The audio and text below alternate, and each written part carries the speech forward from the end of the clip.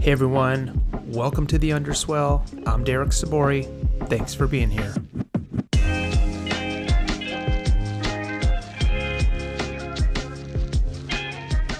All right, Lindsay, we're live. We're live on the feeds. Woot woot. Lindsay, how are you today? I'm good. How are you, Derek? Thanks for having me. Thank you. Thanks for being here. This is going to be a great conversation. We had a conversation just last week or the week before for your podcast, for Dose of Social. We did. Yeah. Thanks for being a guest on Dose of Social. Can't wait to share more soon. Yeah, that was really fun and nice because I'm not necessarily a social media expert per se, but we talked a lot about careers and just sort of our past, the past work that we've done, and tried to give some advice in there that was hopefully fun and timely. But I don't know, what'd you think? How'd we do on that one? Yeah, I thought it was great. And I mean, I think the power of social media is just in this conversation too. I mean, you and I reconnected after so many years on LinkedIn, right? Because we both have podcasts. So I think that itself shows the power of social media. Yeah, exactly. Well, today we're diving in, and today is about you though. So if you're, for those that are just joining us, I'm with Lindsay Mauch. You are the founder and CMO of LTM Digital, your digital media agency. And you're doing a lot of great work. And the podcast is great. There's so much good advice on there. And I have it on my notes. I've got it on my notepad as one of my to-dos, every week, to dive in and start really, tapping into the expertise that you've got, because you've got a lot of great advice. How's the podcast been received for you?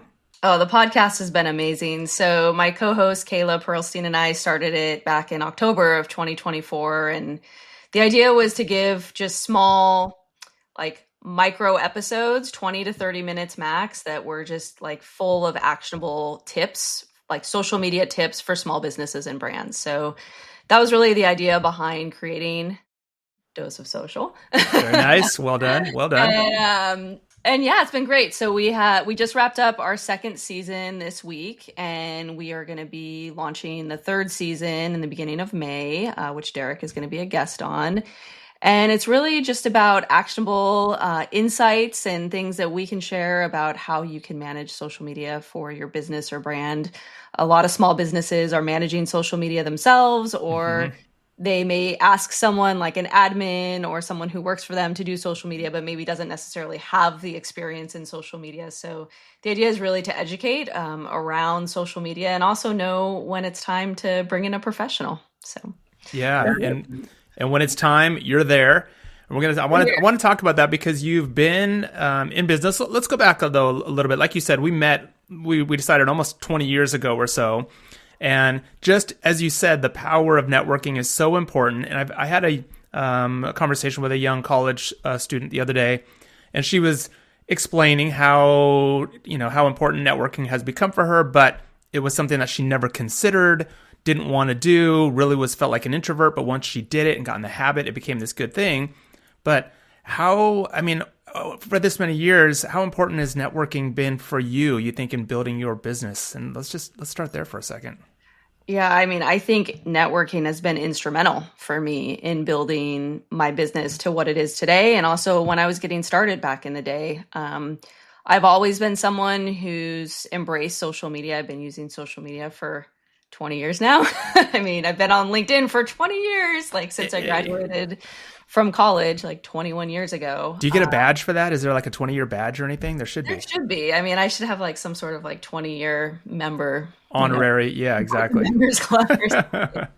But one thing I did back in the day is everyone I met, I would go and I would add them on LinkedIn, right afterwards. I would go to an event, I would meet someone at a school. I went to school at UC San Diego. I'd go to an event there, I'd meet people, come back, look that person up on LinkedIn, add them to my profile, to my network. So everyone that I ever had an in real, IRL, in real life touch point with, I would go back and I would add them to my LinkedIn, and I would add them to my network. And when I interned in college, I would add people at the company on my LinkedIn, or people that I talked to in meetings. I was really diligent about making sure that I was building this pool of contacts and building this community on my LinkedIn, because you never know where an opportunity may lie. Yeah. like this one, I think, it was interesting when you reached out. I had started kind of plugging that I was kind of putting out this new podcast. You hit me up in LinkedIn. I was just, I guess, in your contact list already, but that worked out great. And I had another guest, Teresa McKinney. She's at the outdoor company called Nemo. And she had told me on an episode that I did with her that she would keep everybody not only in LinkedIn, but also on a spreadsheet. She sort of had a running Google sheet. She's like, it's kind of creepy. It feels like I'm stalking people, but it's a valuable resource to say, here's the person, here's where they live. And that way, if she goes into that town, she can immediately look up and say, I'm in this area. Let me hit up that person and let's do coffee and let's just stay connected with people. It served her really well, though. Yeah, that's great. I mean, it's so important to stay connected just for the purpose of staying connected, not necessarily because you need something at that moment, but just because you want to stay connected because you never know. And that's the important thing, right? Is making it so that you're reaching out and staying connected genuinely so that when you do need something or the other, then it feels like, okay, it's a natural thing. Lindsay, we're talking about 20 years ago. I love the fact that you were at MySpace. What was that like, and let's talk about how things have changed. I mean, walk us through just how you got that role maybe and what it was like and how does it compare to today? Well, so the story of how I got the role is actually pretty interesting.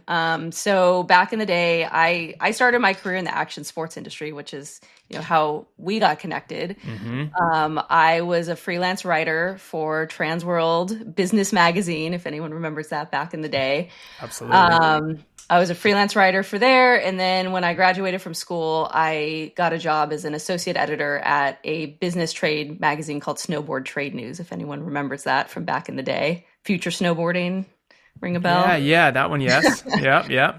And so one of the things I did for the company back in the day as the associate editor was I created a MySpace profile for the magazine. Okay. So I put up a cover of the magazine and I just started building a community around snowboard industry veterans and brands and people. And we were kind of one of the first companies to do this on MySpace. Like this, I mean, MySpace was for like people at that time. It was really early on. And within it was kind of crazy because I started it and then within weeks, all these big snowboard brands started joining MySpace. And then all of a sudden all these snowboard brands were on MySpace and it got the attention of an engineer at MySpace who wrote the profile, which was, me behind the profile. And he was like, hey, we love what you're doing. And, I was like, cool, and he was a snowboarder. And so we stayed in touch. And then fast forward about 9 months later, 10 or so months, I found a job at MySpace as a content producer. And I reached out to that person and I said, hey, I saw this job. I'm interested. And he said, come on in for an interview. And the rest is history. Wow. How long did you stay there? So I was at MySpace from 2006 to 2012. So almost 6 years. Really rode the wave there of, I started there in the heyday. It was, the number one most trafficked website in the world.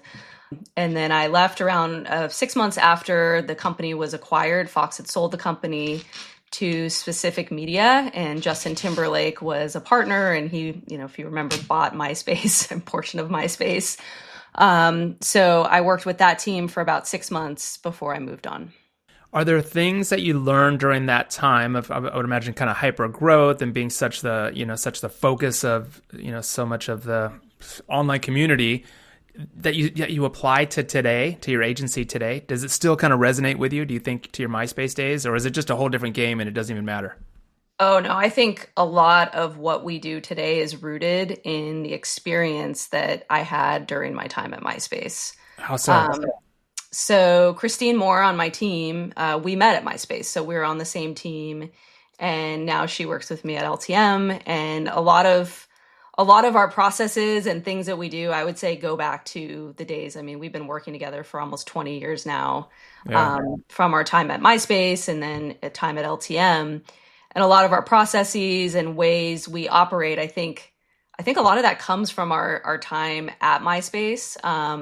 I would say it was a really high stress, high pressure environment. It was very fast paced. It moved very fast paced. So for us, we built thick skin. We have very thick skin. We're not sensitive to things. We understand client demands and needs. And I'm just so grateful for that, honestly, because nothing could get more stressful than that, honestly. Like it was a pretty intense. I mean, like literally, I mean, I remember being in the back end of like major musicians' profiles and having to like go in and make changes. And it's like, oh my gosh, like, this is like someone's profile. Like, Yeah. Not just like tens of millions of people are going to see this, but like hundreds of millions of people are going to see this. High stakes. Yeah, for sure. How, I guess let's talk then about LTM and building the agency that you've built. I mean, you've been building it for 12 years or something like that, right? Yeah, this will be our 12, or yeah, this is our 11th or 12th year. Yeah, 12th year, I believe. Congratulations. Thank you. Because what do they say after your first year? How many years is it before you're like, okay, we're over the hump, we're off and running to the races? I mean, you're well beyond that. But what are some of the things that you think it took to build a successful agency? Obviously, was it sort of those experiences that you had before? You've done teaching as well. You've worked in the space for many years. Is it the team that you've brought on around you?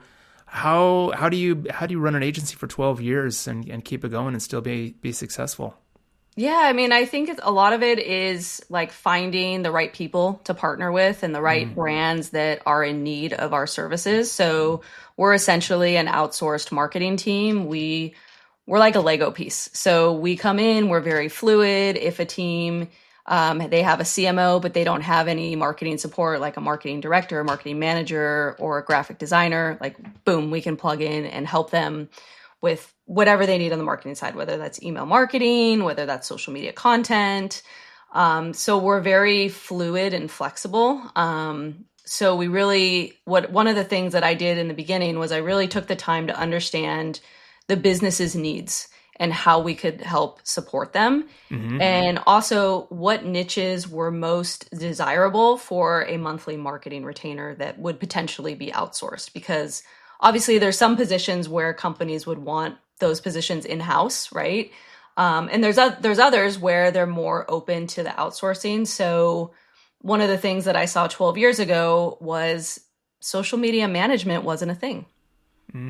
There weren't social media managers. That's right. Like it was kind of like, no, we don't need that, right? And I actually looked to PR in the PR agency model for kind of what I started with social media, where I was like, oh, okay, PR companies, they are charging monthly retainers to retain their services. We could do something like that for social media and like manage a brand's Instagram and their Facebook. And so like looking at what those needs were and also identifying the industries that really needed that support. So I came from a tech background. So tech companies, they were kind of already onto this back then, but during the time I kind of went on my own health and wellness journey and I became gluten-free, and it healed a lot of like things that were going on with my health. And I noticed that a lot of companies in the natural product space did not have Instagrams. They didn't have good quality photos or content or posting regularly to their platforms. So that was kind of the industry where I looked to, and I had no experience in the industry other than I was passionate about it, but I had great experience as a marketer, and it kind of went from there. So I would say early on, just identifying the like what I can offer these companies and what companies would be interested in our services, and then how we would be able to fulfill them. Huh. Well, it seems to be working. And I wonder did you have a moment though when you decided that you wanted to go out on your own and that you wanted to be an entrepreneur and do your own agency work? What was the catalyst for you? I mean, I always knew in the back of my mind, like it was always kind of a pipe dream, like I want to start my own company someday. But it was really during my time at MySpace where I was working on all these different projects across all these different industries. And towards the end of my time at MySpace, I started seeing all the contracts come in of the different consultants that we were working with. And I was like, and it just kind of like I had this light bulb moment. I was like, wait, I could be on the other side of this.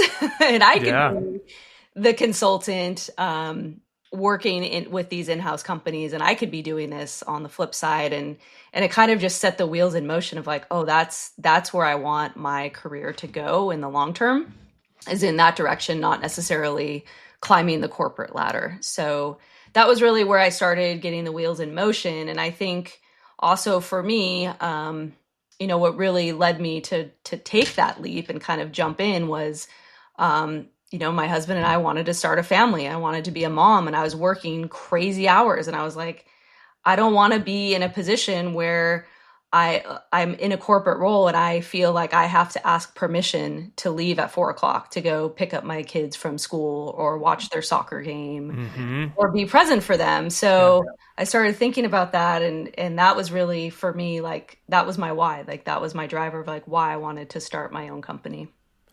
Did it, once you started down that path though, because I know as you have your own company, as you're running your own agency, the work piles on. At first you're doing all the roles all by yourself most often. How did you were you able to find that balance that you were looking for? And have you carried that through now as you bring on other people and the team grows? Is that sort of a mentality for the entire agency and company now? Yeah. And I would think, what is really important is I started the company before I became a mom. So I already knew that this was my long-term vision and this is what I want to do. And I was working very hard in the early days, right? I mean, I had the company, I was operating as an independent consultant for the first 2 years or so. And we didn't have kids at that time. So then when my daughter was born, I remember when my oldest was born, I remember being in the hospital and launching the LTM Digital website, like literally. Like, so wild. I was like, it has to go live before I give birth. Oh man. And I'm trying to think, I just saw a post the other day, somebody did a post from that, and it was, I think, talking about, it showed a picture of a mom like working from, and I think she was criticizing herself, looking back going, I would never do this again. Like, this is not the culture that I'm trying to instill now. But do you ever take a look at that, or was that, I don't know. I guess I'm not sure what I'm asking there, but when you look back on that moment, what do you think? I mean, when I look back at that moment, like, it wasn't like all I can remember is launching the LTM Digital website. Yeah. Like, I don't really actually even remember that. It only kind of came up when I was thinking about, like, looking back and reflecting on the journey. I was like, oh yeah, that happened like during that time. But it's not like that's the core memory, like, at all. And then I would also say, when in the early days, this was kind of like one of the things that I would do is I would invite other freelancers or people that were independent and working, like, and we would do these co-working sessions. And it was people that I wasn't even working with at the time, but it was just building this community of like, hey, here's other freelancers and other people trying to build their own businesses. And we would meet once a week, every other week, and we would just get together and kind of just share what we were working on. And, that was super valuable too. Yeah. I wonder, Lindsay, I'm really fascinated by this idea of, building careers, how long it takes. And we just talked, 12 years at your agency, 6 years at MySpace, years at other places as well. So at this point, your career is now 20 plus years.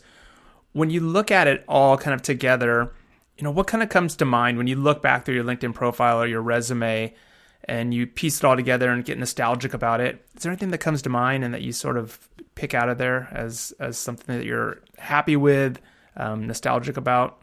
I don't know. What comes to mind when you look at it all? Yeah, I mean, I think really kind of at the core, like, if I look at my career, like, everything that I've done has been rooted in community and storytelling, like early days of storytelling. And I'm so grateful for my time in action sports specifically, because I think the action sports industry did such a good job back in the day of really building like a strong fan base and like really like core fans, that I learned so much about audiences and like building strong audiences and connecting with them.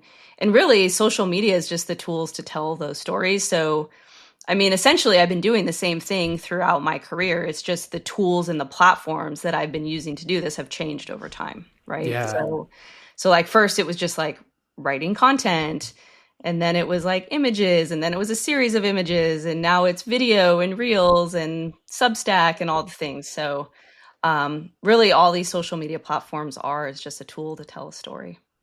I wonder if this is a moment, you mentioned it, do we look, taking a look at action sports now, which I don't even think it's called that anymore, just sort of the sports lifestyle space.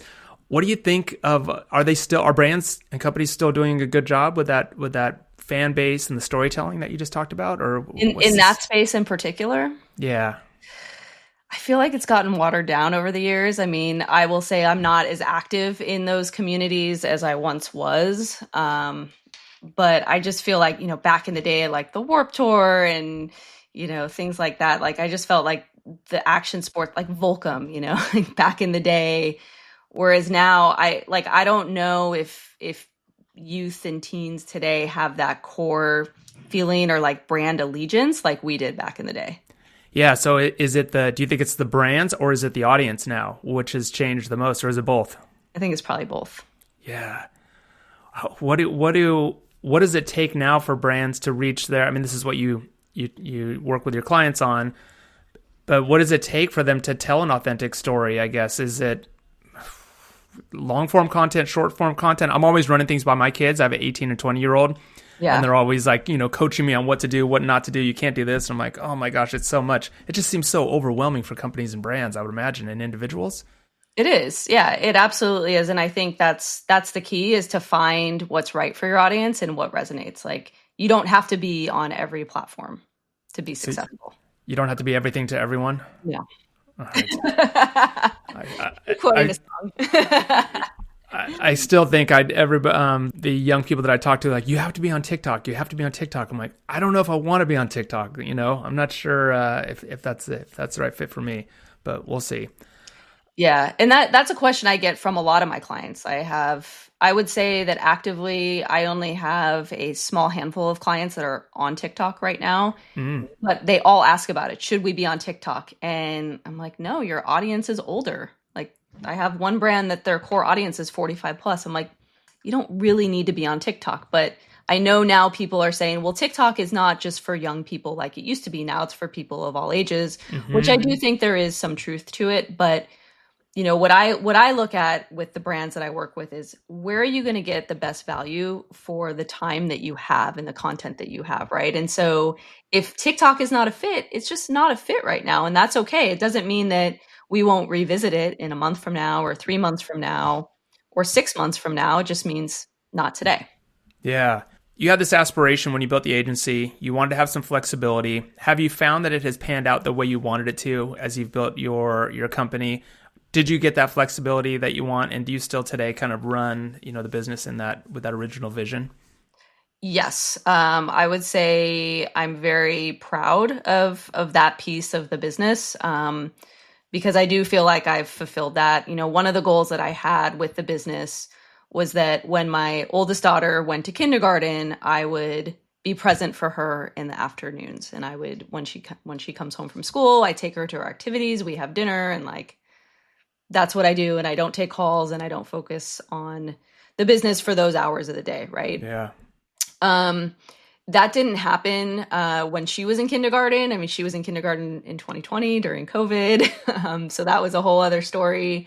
But I was able to successfully transition into that goal of mine of being present in the afternoons for my children when my youngest was in kindergarten. Now, it didn't happen in the beginning of kindergarten, but by the end of her kindergarten year, I had really moved into that, where I was picking them up from school and taking them to their activities and being with them in those hours in the afternoon and not taking any calls. And obviously, things come up here and there, but for the most part, in the afternoons, I really try and be there and be present with my girls. And, that's just invaluable to me.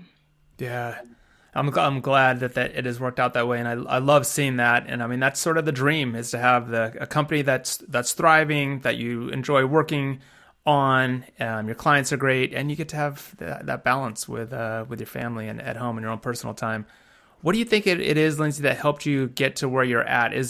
You mentioned your time at in school at UC. Why am I forgetting? UC? Did you go to Santa Barbara? San Diego. That's right. Okay. My daughter. I'm a fellow UC alum as well. I was at Irvine. Yeah, that's right. And my daughter, most likely, she's got a handful to choose from right now. So San Diego is one that's on her list. So we'll see. But what do you sort of attribute to, if you look back? Was it school? Was it your network? Was there somebody in your life that really pushed you in a direction? Was it just you, that you just had that innate sense in you that you were just going to make all this work? As you were building, this career, what kind of fueled you and what helped you along the way? Yeah, I mean, I think a lot of it, does come from experience. Like I looked at, I followed a lot of people on social media, and I saw people that were doing things that I wanted to be doing, and I was like, oh, I want to be running my company like that. Like I want to be working from home, and I want to be setting my schedule, and I want to be having clients. And so I kind of saw like some of that early on. And I was like, all right, I want to go in that direction. Like, and I knew it was possible because like I was on the other side of it and I knew what we were paying companies. And I was like, okay, this is possible. Like I can do this. And I felt very comfortable and confident in my experience that I had in my time at MySpace. Then after MySpace, I went to work for a digital products company called mylife.com. And then from there, I went to work for justfab.com and I helped them launch Fabletics.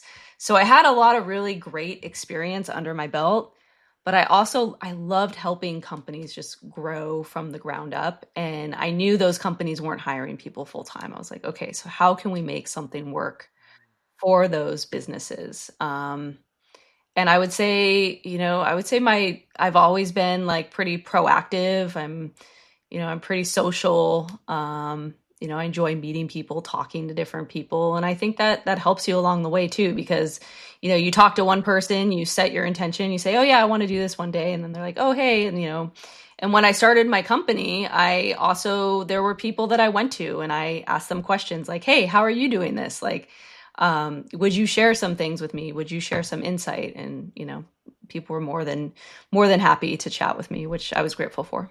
But we've talked about when we were prepping for this, so you mentioned some failures. So those are big successes. Any memorable failures, Lindsay, that you've had along the way? Because I know there have been successes. Things are good right now, but surely there were some stumbles along the way. What'd you learn from those failures and what were they? Yeah, I mean, I'm really glad you asked this question too, because I think so much of social media for people is a highlight reel of like, hey, I did this and I launched this and today I'm doing this and I'm having this LinkedIn Live with Derek. But there's so many little things that happen along the way that maybe you're not necessarily talking about, or maybe you just had a really bad day, right? And you don't necessarily want to share that, right? So I'm going to share something that I feel like now I'm only comfortable sharing it because like so much time has passed, like since this actually happened. But it really taught me some things as a business owner. So back in 2017, we signed our biggest contract in the history of LTM Digital. It was really, really exciting. It was just unbelievable. We were so happy. It was a 6-month project and we had to scale pretty significantly to support the scope of work. So I ended up hiring several contractors to help us scale the business. Okay. To put together this plan. And my youngest daughter was 6 weeks old at the time when this was going on too. So I like look back at this, I'm like, wow, this is so crazy, but it's like part of the journey, right? Yeah. So we scaled the business and it took up a lot of my time and energy. I was basically almost fully dedicated to this particular project at that point, just because it was so large and we had to build systems and processes and operations and things that we hadn't done before, like in a much larger way. Yeah. So like I said, it was a 6-month project, and 60 days into the contract, the client signed a partnership with another company. And in that process, the other company took over all of their marketing and social media efforts. Oh, no. So we had gone from like 0 to 180, like ramping up and scaling. Yeah. And then in the contract, there was a 30-day notice, a 30-day out. So they gave their 30 days notice. And so it only ended up being basically half of the allotted time. And so really like in looking back and in hindsight, like whenever we part ways with a client, I always think to myself, like, what could I have done better? Like, where could I have been better? Where can I be better next time? Mm-hmm. And really what I saw in this was in my operations and in the contract itself is because we were scaling so significantly. One of the things that I should have done is I should have made it a 6-month contract with no out. And if there was an out, then the contract had to be paid in full. Ooh. To support the growth that we were doing. So again, like in hindsight, now, Lindsay in 2025 is like, this is how I would have structured this. But, looking back, it didn't go that way, but we learned a lot. Yeah, those are tough when the floor kind of falls out from you like that. Did you have to, with those contractors, so you were able to keep them for half the time, you said? Or was it like you hired them and then had to let them go? Essentially, they were brought on for that amount of time, and I was only able to keep them for half that time. So, it's just a really unfortunate situation. And, I don't like to be in that situation either with my team because, our team is so important to us. And so, yeah, it was a tough lesson for sure. So is the lesson here to kind of protect yourself in contracts and just sort of lock it in if you've got something big and you're going to make a big investment on your side, lock it in and make sure anytime you're doing something big and you're going to scale and making sure that you're protected and that your team is protected. Yeah, I know this space is changing so much. Social media is digital media and digital marketing. That's good advice right there, sort of on the big picture. But what advice would you give to someone who really wants to work in this space, or maybe who is considering being an entrepreneur? Maybe they're a new mom that wants to do some entrepreneurial work. What other advice do you have based on what you've learned? Yeah, well, I feel like today there's so many ways that you could get started, right? Because with the creator economy, like you can create your own social media profile. And like if you have a passion or a niche or something that you're interested in, just start creating content, start building it. Or if you have a brand, like just get started and kind of build and see where it goes. Especially if it's someone who is pursuing a career in social media. I think your own social media can be such a great portfolio for you in a lot of ways. So, and like on the mom side, I would say like, don't be afraid to follow a path that's not traditional. You can do things your own way and you can still be present for your family and be successful.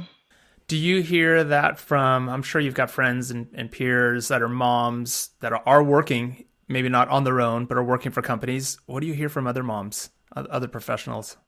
Yeah, I think that, the corporate environment today, it's really tough for working moms. Like it's a hard schedule. So I think that there could be a lot of flexibility and freedom with being a freelancer or creating your own business. That gives you those opportunities that I think that today's corporate world just doesn't have. So, yeah. When you look back, what's that? Say that. I'm sorry. It's unfortunate. It is. It is. And that's something that's been on my mind, especially as my daughter now is 18 and just watching her evolve, going from, a little kid to a teen, a tween, and all of a sudden you've got this young woman who's going out into the world. And I start thinking back to all the women I've worked with, and it's been on my mind a lot, just how women go into the workplace, the things they deal with in their own lives, and you still show up, with full rigor. Yeah. So. And this was something that was never planned for the business when I started, but is just something that has naturally kind of happened over the years. But 75% of our clients are women-owned businesses. Ah. Do you think that's because you're a woman-owned business as well? It's something that we never sought out, but I think it's just naturally happened because of who I am, right? Yeah. And our passions and our experience. And I think that, owning your own business as a mom can be, a lot better working environment for you. So I do see a lot of women like starting businesses or taking that side hustle or turning it into a main opportunity. And I just think it's awesome. I love it. Do you get most of your work from word of mouth, or do you do a lot of advertising yourself? Great question. So going back to the power of networking, the best source of business that I have is through referrals. So most of my business comes from someone who knows someone who's worked with me, who introduces us, and we get connected that way. I'm very grateful to our clients. A lot of our clients have referred us to other companies that they've worked with, say, hey, you got to talk to Lindsay about this. And like, those are always, really great clients. So I guess it does really come down to relationships. But then there's, every now and again, there's someone that just finds me on LinkedIn or finds me on through a Google search or something. And, we've had great leads come through that too. We had a really big project with a company down in Mexico that actually came through LinkedIn. Just the person did a search on social media consultants and I popped up. So. Okay. So that can be worthwhile as well. Yeah, Yeah. sometimes it feels like you pay for an ad and you're just like, I just feel like that went into a black hole and there's like nothingness from it. And the next thing that you're going to get is from somebody you knew anyway. You're like, oh, what am I doing? Yeah, the inbound side of like lead gen is something that I really haven't pushed too hard for LTM, but I am looking at that in our next phase of growth. But I would say another thing for businesses too is just being active on your own social media channels. Like I can't even tell you. I call it the long time listener, first time caller. Okay. Kind of strategy or method, because I have so many people that follow me on social media, on Instagram where I'm the most active. And they followed me for years and they know who I am and they know what I do and they know what services I offer, but maybe the timing isn't right. Then all of a sudden I get a message, hey, my company's looking for this, and this, and this. Are you interested in chatting? And sometimes it can be 20 years later. Sometimes it can be 20 years later.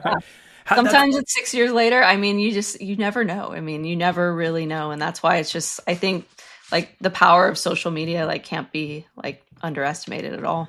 And I think that's also the power. I think there must be some sort of like the Pareto principle or some sort of name for this, but it's the 10-year overnight success, right? It's just that it takes time to build that reputation and have people really know that you're out there. And you, like you said, longtime listener, first time caller, before you know it, 10 years goes by and you're like, oh, I heard you're this new agency. You're like, no, we've been around for 12 years. We're just now here.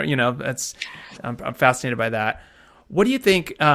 I guess was all of this, this is kind of a two-part question, but what do you think? You said originally that you always loved storytelling. You wanted to be a part of it. That was, you wanted to help brands tell their stories, and you always you knew early on that you wanted to have your own business, but was all of this intentional? And do you think young people can be intentional about building their careers, or did it all kind of fall into place somehow? How does a career like yours work? How would you explain it to somebody? I would say like early on, I knew I needed corporate experience. Like I knew that I couldn't be doing what I'm doing today without the experience that I had in action sports, at MySpace, at JustFab. Like there's no way I could be doing this today if I didn't have all those experiences, because that's the value that I bring to the table and the experience that I have as a marketer. A digital marketer over the last 20 years, right? And being able to take it and applying what I know and a strategy to all these different brands, I mean, is really something that is very valuable to a business. So I would say that I've been very intentional with making sure that I get the right experience. Like I knew eventually I'd love to try going out on my own. My husband and I always said, like, let's give it 6 months and see what happens. And if it doesn't work out, you can always go back to a corporate job. And, that was 12 years ago. So yeah, you haven't looked back since. No. That's good advice, though. I think that's really, that is good to keep in mind. Like go get the experience, especially on somebody else's dime and paycheck, and then apply it. What worries you about young professionals today? If there's anything, as they're building their careers, or what's intrigued you or has you excited about them? So I think one thing that worries me about young professionals today is just with the rise of remote workers and hybrid employees, that they're not getting that time in an office environment. And like I just said about my time at MySpace and my time at JustFab, like that time that you spend in an office environment in the beginning of your career is just critical, I think, because you learn so much. You learn about how to work with other people. You learn about like the little nuances about the office. You have water cooler talk, you just you have meetings in person. You learn how to read body language, and you also build a rapport with your colleagues and the people that you're working with. So I just think it's invaluable to have that office experience early on in your career. And I think then you can kind of go off and you can build from there, and you've done your own thing, and you can be in a co-working space or work from home or wherever. But I think that's where I see the biggest gap right now is like young people not having that experience early on in their careers, and maybe possibly not at all. So That's something that worries me. Yeah. I guess time will tell. And also just learning things like learning about urgency or like not taking things personally or, just kind of like people have a different vibe when they're like typing something over Slack, like they need to get something done and they're typing, but you could take it as like, oh, they're mad or whatever. And then you walk over and they're totally fine. Right. So it's just like kind of reading people and understanding that. But then I would also say I'm like excited and intrigued too by how much creativity the younger generation has, like especially when it comes to like social media and how open they are. So, I think there's a lot of good things too. Yeah. I think it'll be an exciting time to watch them come of age and get into the workforce here, especially these younger ones, especially the ones that just kind of grew up only, knowing social media. It's been really interesting watching my daughter right now turning to long form content and like watching shows and watching series and movies, because for so long everything was just short form. So it's funny to kind of watch her sit and like, be on season 4 or 5 of something that just wasn't her thing. It'll be interesting to see where they go. What, Lindsay, as we kind of wrap things up here, I guess, is there any other advice that you have for people as they're building their careers, if they want to kind of follow in your footsteps or get into this space? What else can we leave people with before I give you a soapbox to shout out or call out anything that's on your mind right now? Yeah, I mean, I would say really like, finding, I always say this, and if you've like heard me speak before, but finding your why, like, why do you want to start a business? Like, why is it important to you? Like, why do you want to help businesses do like X, Y, and Z? Like really drilling down and being crystal clear on your why is so important. Like, for me, like my why was my family and the freedom and flexibility that I wanted in building a business around my life, not my life around my business. So that was something that was super important to me. So just being really, really clear on that. And then also just having like certain things that like your mantras, I guess, like, one of the things that I always tell myself is just focus on what I can control. And it's something I tell my kids too. It's like, focus on what I can control. I said I was going to deliver this by X date. Yeah. Focus on making sure I control that, or if it's not going to happen, communicating that clearly. So I would say focusing on what you can control and like having really good communication too. Like, I don't think that can be underestimated today either. Yeah. I always want to ask my guests this. What about college? Do you think college is important right now for young people? Oh yeah, absolutely. I mean, I think college, like, for me, like I have a degree in communications, and I would say, do I use it? I mean, yeah, of course. Like I think I'm a great communicator, so I think it's good. I think I took like a media class back in the day where like we made a VHS. I don't. So do I necessarily use those skills that I learned in college? Yeah, because I think what college did is teach me how to think critically and think for myself, and be around really smart people that I just love so much. I mean, my UCSD friends, like, are lifelong friends. Like, we do girls trips every year, and those friendships are invaluable to me. Are these your friends from the, because you were the captain of the ski and snowboard team? Snowboard team, yeah. So I've got 2 crews from college. I've got my ski and snowboard team, and then just my friends from the dorm and from communications. So yeah, that's my crew. So good. And do you still stay engaged with the campus? Do you go back? Are you an engaged alum? Do you go back and interact and get with students and alums? I'm not so much. And, it's funny. My husband and I both went to UCSD, but we didn't know each other when we were there. And so like we go back and we like tell our kids like, hey, the campus is super different now. Like it looks completely different. Like, so we've taken them there and like shown them like the Geisel library and stuff like that. But I think I was more involved, like more right after I graduated. Like I did a mentoring program with UCSD alumni and mentored young people. But, that's a great question. I should probably look back into that now. On behalf of all the Alumni Association leadership, I can assure you they would be happy to hear from you and have you back connected with them. Well, Lindsay, the last couple minutes here, I'd like to give you the soapbox either for a shout out or a call out or a plug for something, but it's your take. So what's on your mind? All right. So shout outs. Well, thank you, Derek, for having me today. This was super fun. I want to give a shout out to John Herson, who connected us back in the day. That was how we met back when you were at Welcome, and I was at MySpace at the time. So very grateful for that connection. Like, here we are 20 years later. No kidding.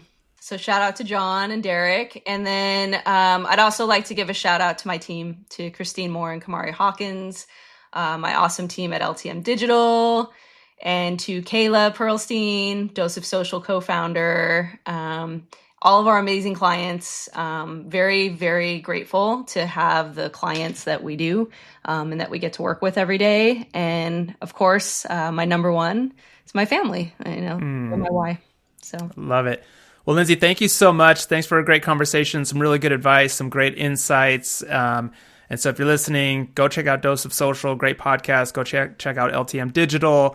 Check out Lindsay on her LinkedIn page, which continues to grow because you're always making connections. And that's it. Thank you so much. Can I give you one more? Please do. I just launched a Substack. So yesterday, so you can find me on Substack, lindsaymauch.substack.com. And you can find me anywhere on social at Lindsay Mauch. So connect with me. I'd love to hear from you. Have you built a Notion page? What do they call theirs now? Do you know? Oh, I don't know. That's a new one because I did a Substack as well. Now you've got all these things. I'm like, oh my gosh. Oh yeah, Substack. Now back over here to my Notion page, which I don't even know. Yeah, there's so many. It goes back to the platforms, right? There's so many things. So many things, but just be a strong communicator and just basically, like you said earlier, know where your audience is and meet them there and show up for them and provide good content. So, Lindsay, thanks so much. Have a great weekend, and we'll talk to you soon. Thanks, everybody. Yeah, you too. Thanks, Derek. Thanks, everyone. Hey, everyone. Thanks for checking out the show. If you like what you heard, be sure to check back weekly, subscribe to the show, and if you want to be featured on the show, come hit us up at theunderswell.com. We'd love to hear from you.